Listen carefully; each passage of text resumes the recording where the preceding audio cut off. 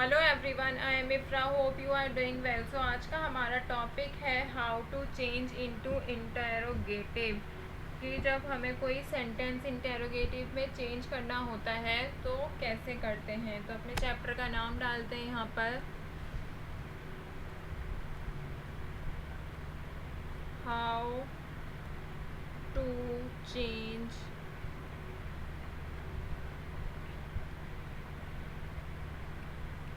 Into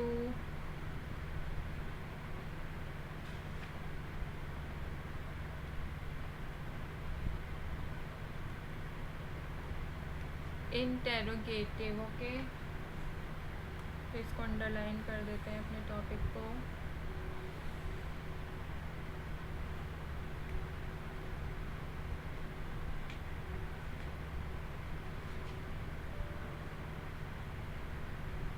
हम interrogative sentences का use कब करते हैं? जब हमें कुछ पूछने की नीड होती है, जब कुछ क्वेश्चन पूछा जाता है तो हम इंटेरोगेटिव सेंटेंसेस का यूज़ करते हैं। तो असर्टिव सेंटेंस को इंटेरोगेटिव सेंटेंसेस में चेंज करने के लिए कुछ रूल्स होते हैं। एक एक करके सभी रूल्स को देखेंगे। तो यहाँ पे मैं लिख देती हूँ यही वाली बात।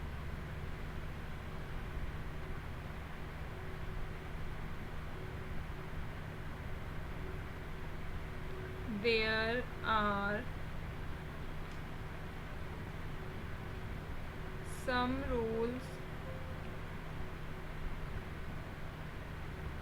to change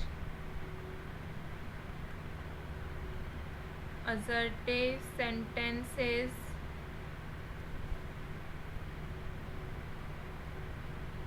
into interrogative।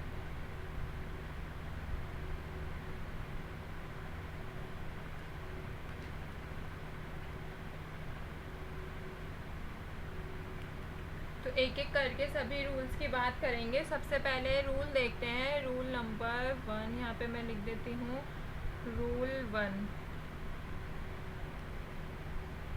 तो रूल 1 क्या कहता है, पहले लिखते हैं फिर इसको समझेंगे। यहाँ पे लिखिए,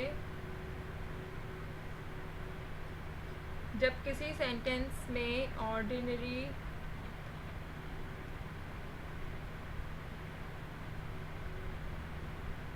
वर्ब यूज़ होती है, is used in simple present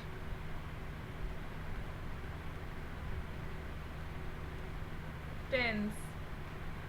तो हमें क्या करना चाहिए? व्हेन, यहाँ पे मैं लिख देती हूँ, when ordinary verb is used in simple present tense. तो क्या होता है, डू और डस का यूज़ होता है। डू और does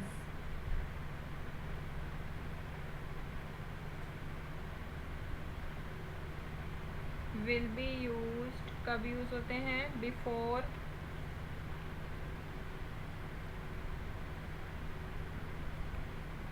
the subject.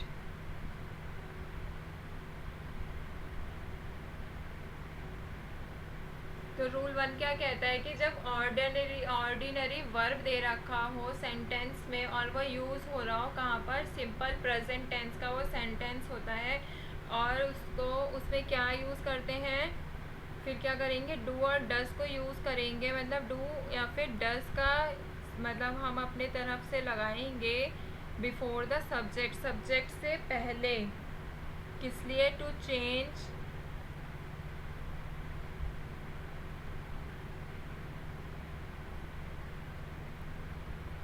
Sentence into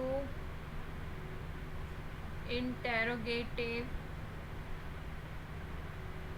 ठीक है, तो आई होप आपको समझ आ रहा होगा कि रूल 1 क्या कह रहा है कि जब ऑर्डिनरी वर्ब यूज होती है सिंपल प्रेजेंट टेंस में, तो यहाँ पे लिख देते हैं देन डू और डज यूज़ किया जाता है सब्जेक्ट से पहले। किस लिए? टू चेंज करने के लिए, सेंटेंस को किसमें? इंटेरोगेटिव सेंटेंस में चेंज करने के लिए। और इसी का ही आगे लिखते हैं, ये वाला ही इसी रूल का एक पार्ट और है। जैसे मान लीजिए ऑर्डिनरी वर्ब में एस और ई एस लगा रखा है। इफ एस और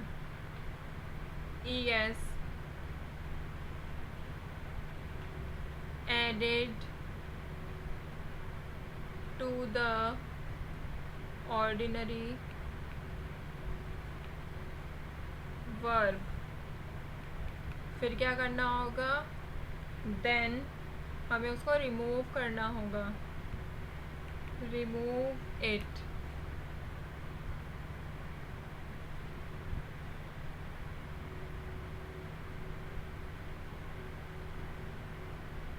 ठीक है, एक पॉइंट तो ये हो गया। फिर अब इसके आगे क्या कहता है कि प्लूरल सब्जेक्ट होता है,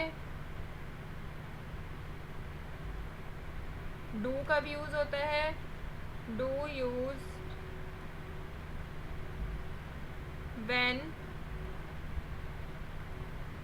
सब्जेक्ट इज क्या होना चाहिए, प्लूरल होना चाहिए, जैसे कि आई, यू,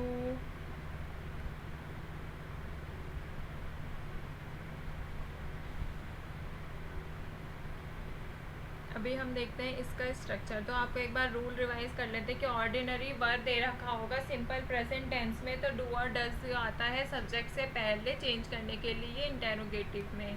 और अगर एस और ई एस पहले से ही ऐड हो रखा होगा ऑर्डिनरी वर्ब में, तो हम उसको रिमूव कर देंगे। डू कब यूज़ होता है, जब हमारा सब्जेक्ट क्या होता है, प्लूरल, जैसे कि आई और यू होगा। अभी इसका स्ट्रक्चर की बात करते हैं, तो यहाँ पे लिखते हैं स्ट्रक्चर।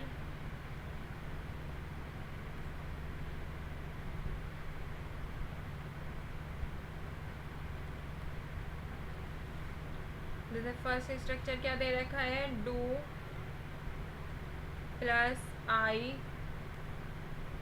यू, वी, दे, या फिर कोई भी प्लूरल नाउन, उसके साथ क्या आ जाएगा, वर्ब की, ये वी है, वर्ब की फर्स्ट फॉर्म यूज होगी, देन क्वेश्चन मार्क। तो ये कब का कौन सा स्ट्रक्चर है, जब हमें डू यूज़ करना होगा, तो हम ये इनमें से कोई भी चीज़ दे रखी होगी और उसके साथ वर्ब की फर्स्ट फॉर्म आ जाएगी।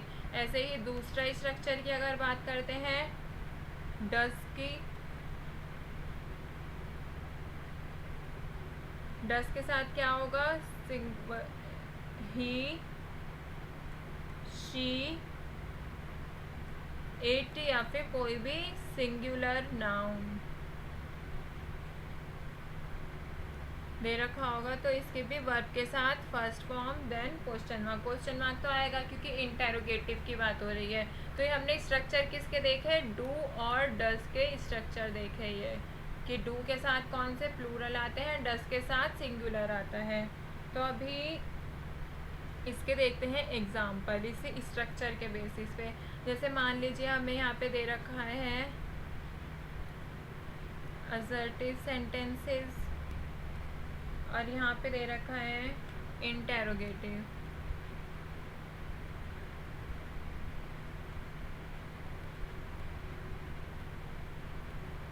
इसको मैं अभी आपको चेंज करके दिखाती हूँ, क्योंकि हम मेन टॉपिक यही पढ़ रहे हैं कि हाउ टू चेंज।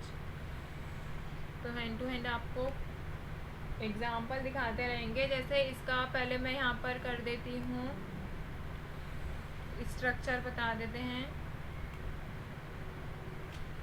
तो स्ट्रक्चर कैसा है इसका, सब्जेक्ट प्लस वर्ब की फर्स्ट फॉर्म। और इसका स्ट्रक्चर कैसा है, डू या फिर does plus subject plus verb की फर्स्ट फॉर्म और क्वेश्चन मार्क। अभी देखते हैं एग्जाम्पल। तो जैसे असर्टिव सेंटेंसेस में दे रखा है आई स्पीक, तो इसका अगर हमें इसके आगे क्या होता है, फुल स्टॉप ज़रूर आता है असर्टिव में। अगर इसके आगे इसमें हमें चेंज करना है इंटेरोगेटिव सेंटेंस में, तो कैसे करेंगे, आई के साथ यहाँ पे क्या बताया था, आई क्या है, प्लूरल है, इसके साथ क्या लगेगा, डू लगेगा। तो सबसे पहले डू लगाएंगे, फिर आई लेते हैं, do plus I plus verb की first form, do plus I plus verb की फर्स्ट फॉर्म। तो फर्स्ट फॉर्म क्या है, स्पीक का, स्पीक ही रहेगा। तो ये क्या बन गया, डू आई स्पीक। अब इसको सही करके लिखते हैं, क्या बन जाएगा, डू आई स्पीक और आ जाएगा क्वेश्चन मार्क। ठीक है, ऐसे ही दूसरा एग्जाम्पल देखते हैं। शी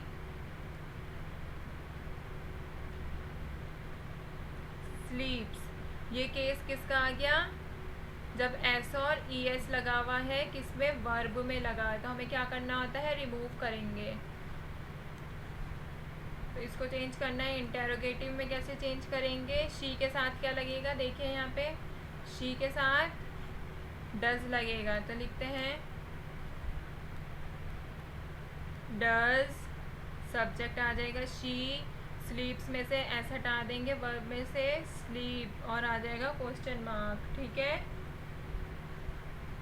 ऐसे ही थर्ड ले लेते हैं एक और। दे, हाँ दे का ही ले लेते हैं। दे डू नॉट कम, तो इसको कैसे चेंज करेंगे? दे डू नॉट कम, इसमें क्या आएगा? डू आएगा या फिर डज आएगा? देखिए आप, दे कहाँ दिख रहा है? दे क्या होता है? प्लूरल होता है, तो डू के साथ क्या आएगा? दे के साथ क्या आएगा? डू, तो क्या आएगा? डू, फिर subject they not, do they not, बचा क्या? वर्ब, आ जाएगा क्वेश्चन मार्क। वर्ब की फर्स्ट फॉर्म है। तो इसी तरह हमने क्या देखा? अजर टिप्स से कैसे सेंटेंस बना रहे हैं हम? इंटेरोगेटिव रूल नंबर 1 का यूज़ करके। अभी और भी रूल्स है वो देखेंगे। तो आज की वीडियो में हमने क्या देखा कि अजर्टिव सेंटेंसेस से कैसे इंटेरोगेटिव सेंटेंस बना रखे होते हैं। तो सबसे पहले हमने ऑर्डिनरी वर्ब दे रखा होगा, सिंपल प्रेजेंट टेंस के सेंटेंसेस देखे हैं अभी, उसमें डू और डज लगाया जाता है सब्जेक्ट से पहले सेंटेंस को इंटेरोगेटिव बनाने के लिए। उसके बाद देखा कि एस और ई एस जो दे रखा होगा उसको रिमूव कर देंगे वर्ब में से। फिर डू जो यूज़ होता है वो प्लूरल के साथ होता है। एक पॉइंट ऐड कर लीजिए, से डज है, does use when subject is singular, जैसे he और she।